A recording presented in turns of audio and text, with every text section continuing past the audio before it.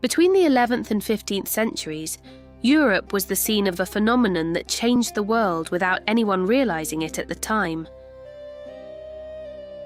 With the end of the great barbarian invasions, the roads were once again safe.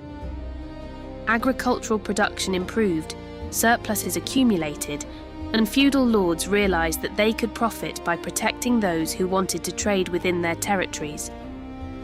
The result was a network of commercial events spread across Europe, where merchants from different regions exchanged what they had for what they needed. At the centre of this network was Champagne, in northern France.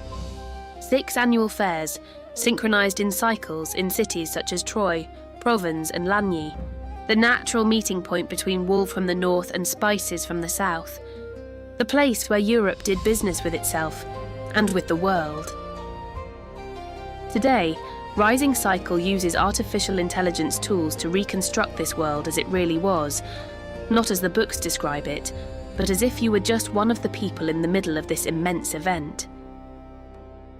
Take a deep breath and welcome to the Champagne Fairs. 3 days of walking.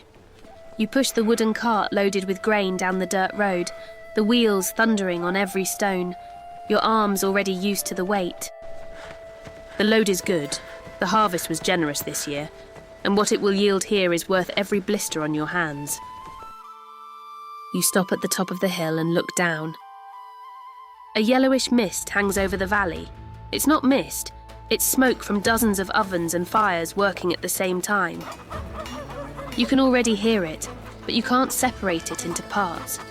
It's voices, animals, hammers, bells and music, all fused into a single vibration that you feel in your chest before you hear it clearly.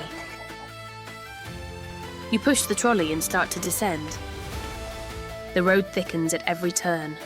Men carrying huge burdens on their backs, carts pulled by oxen, riders in clothes too good for the mud. Each coming from a different place, each with something to offer or seek. The gates appear around the bend. 2 watchful guards flank the entrance. An official assesses your trolley, mumbles a number and waits. You pay the fee, small but mandatory for everyone. It's the price of the Count de Champagne's protection. Attacking anyone here is a direct crime against him, and everyone knows what that means. You cross the gates, and the world changes completely. The first thing you need to do is not explore. It's to work. You follow the familiar smell, earth, straw, manure, to the agricultural sector outside the fair. It's the most world-like corner you know.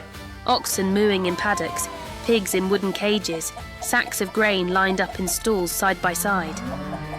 All together, all of the same kind, wheat with wheat, rye with rye. It's deliberate. Competition between sellers keeps prices honest. You find a space, position the trolley and wait. The shopper who stops has calloused hands and experienced eyes. He takes a handful of your grain, rubs it between his fingers, smells it, examines the colour. He makes a low offer. You refuse. He goes up. You accept. A market inspector immediately appears with a calibrated scale and iron weights. He weighs in front of both of you, without favouring anyone. The transaction is completed. You open your hand and look at the coins. They're more than you expected. The load was good. You clench your fist and look at the fare in front of you. Now it's time to explore. The change is gradual. The heavy smell of the agricultural sector gives way to something lighter, more complex, with no reference in your vocabulary, because you haven't experienced it before. The stalls here are smaller, more enclosed with fabric covering the sides. The vendors have darker skin, clothes in unfamiliar cuts and the posture of someone who is used to being looked at. They came from Genoa, Venice, the Arab world, carrying goods that crossed the Mediterranean on ships. They are the spices. A vendor holds out his hand with a pinch of dark powder.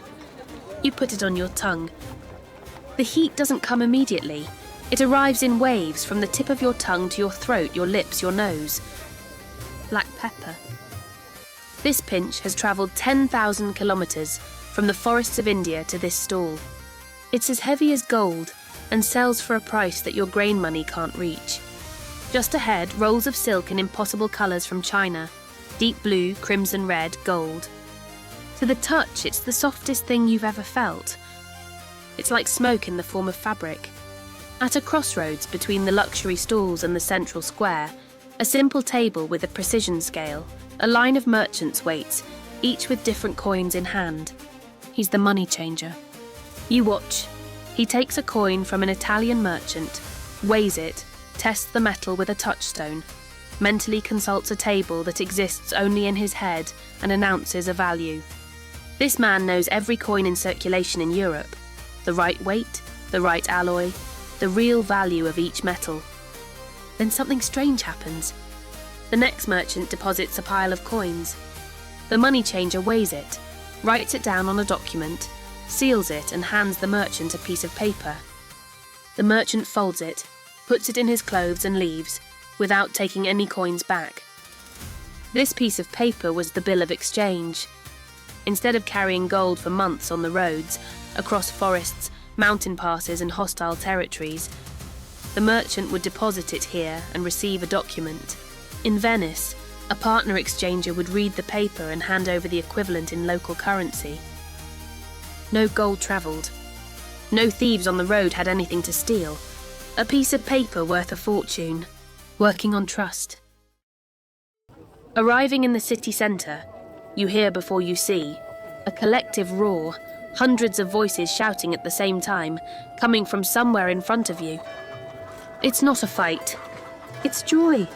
You follow the sound and the market opens up into something you didn't expect. A huge square, the beating heart of everything. The first impact is the smell of hot food. Street vendors circulate with trays hanging from their necks. Freshly baked bread with a crust that crackles when broken, pieces of meat roasting on a spit dripping with fat, chestnuts roasting in an iron container over hot coals. You buy a piece of bread with part of the grain money. It's the best you've eaten in weeks, not because it's extraordinary, but because you're hungry and have coins in your pocket for the first time in a long time. As you eat, you watch. On one side of the square, a group of joggers are working. One of them balances 3 knives in the air with no apparent effort. Another tells a story aloud, a treacherous king, a battle, an impossible love, gesturing with his whole body while the small crowd around him laughs and holds its breath at the right moments. You've never seen professional entertainment before. It's almost disturbing how well it works. Musicians in another corner play instruments you can't name, strings, woodwind, percussion, to a tune that sounds like nothing you've ever heard in your village. But then the collective roar returns, louder now, and you understand where it's coming from. The just. In an open area on the edge of the square, 2 knights in full armour set off in opposite directions on huge horses, lances pointed at each other. The impact when they meet is physical. You feel the vibration in your chest, even from a distance. The crowd explodes. One of the riders wobbles in the saddle but holds on. The other raises his fist. This isn't just a show. The riders who win here go home with a reputation, and reputation in this world attracts sponsors, contracts and alliances. The nobility use the jousts to send messages that no diplomatic document conveys as clearly: strength, wealth, dominance. You're watching politics happen in real time, only with armour and horses. In the opposite corner of the square, almost invisible in the midst of the chaos, something completely different is at work. A simple table, a man sitting with papers in front of him. 2 merchants stand, visibly irritated, gesticulating and talking at the same time. The man at the table listens to them expressionlessly, asks a short question, listens to the answers and announces a decision. The Court of Dust. The name comes from the French pieds poudrés, dusty feet. When a dispute breaks out at the fair, the merchant goes in to be judged without even dusting off his travel boots. Because justice here can't wait days or weeks, the merchants leave tomorrow. Cases of adulterated merchandise, broken contracts, false weights, all resolved on the same day right there. It was from this practice that modern commercial law was born. But now, at this moment, it just looks like two angry men being separated by a third with more authority. You finish your bread and keep walking. The filtered gold of the morning has turned to a low orange that stretches the shadows of the stalls across the dirt floor. The market doesn't stop, but it changes tone. What remains now is another kind of movement, slower, more serious, warmer. The wood smoke that was in the background all day is now in front of everything.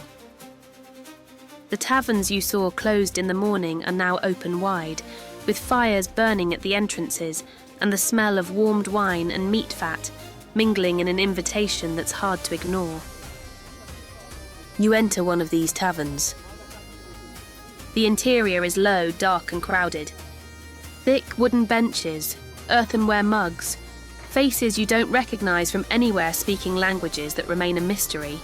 You order wine, not the thin wine of your village, but Burgundy, full-bodied and darker, which warms you from the stomach down.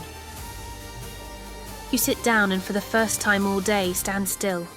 Then you realise you're listening to a story. An older man in a corner is talking to a group of people who are drinking in silence. He comes from a town in the south of Italy. You don't understand everything, but someone next to you translates in whispers. He talks about ships crossing the Mediterranean laden with goods from places that have no name in your vocabulary. He talks about a city called Constantinople, where the roofs are covered in gold and the markets sell fabrics that change colour depending on the light.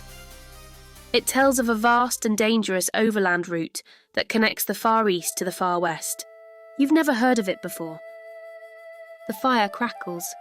Someone plays a stringed instrument in the corner. You think about the coins left in your pocket, the ones with faces you don't recognise. They look different now. They are physical proof that there is a world beyond the horizon of your hill. Someone touched them before you. Someone will touch them later. Outside, the fair begins to close. The stalls are covered with tarpaulins. The smaller fires are put out. The animals gathered up. The roar of the day gives way to a nocturnal murmur. Low conversations, tired footsteps, the creak of carts being repositioned for the night. You get up, leave the tavern and walk towards the gates and cross under them. The fair gates are behind you. The road back is the same as the one you took 3 days ago. Same mud, same stones, same cart thundering over every pothole. The cart is empty, but the pocket, not the pocket. The money changer became the bank. The bill of exchange became the international financial system. The court of dust became commercial law. The itinerant merchant became the multinational company. And the fair itself has become the free port, the stock exchange, the distribution centre. The foundations of modern capitalism were rooted in the muddy streets of medieval fairs, in the stalls of produce grown on feudal estates, in the sweat of artisans bringing their crafts from distant lands, in the spices arriving from impossible routes, and in the hands of international merchants with dusty feet and unfamiliar coins in their pockets. If you like history and exploring exceptional moments like this, consider subscribing to the channel. And leave a comment. What's the next historical moment you'd like to see recreated? Thanks for watching.